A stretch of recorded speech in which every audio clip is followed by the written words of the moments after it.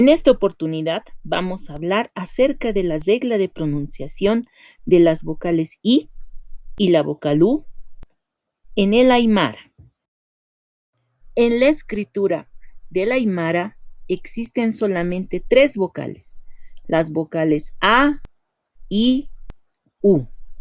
Sin embargo, como todos sabemos, en el castellano tenemos 5 vocales. En la oralidad, las vocales I y U tienen sus variantes, es decir, alófonos.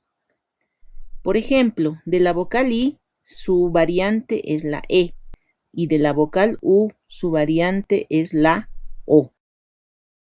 La regla dice que si la vocal I se encuentra delante o detrás de una consonante posvelar, ya sea como la K, K, K o Ja, su pronunciación será como E.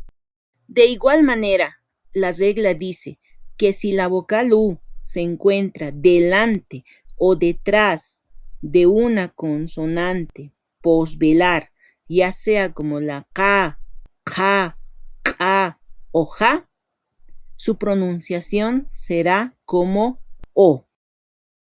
Ahora veamos algunos ejemplos. Como tenemos escrito Ikiku, pero la pronunciación es de acuerdo a la regla que dice que si la I se encuentra delante o detrás de una K o la U se encuentra detrás de una K, su pronunciación será como O. Por lo tanto, la pronunciación será Ekeko.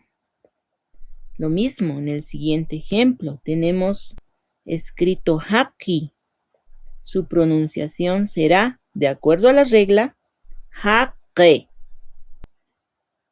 Tercer ejemplo. Tenemos escrito Rijiña.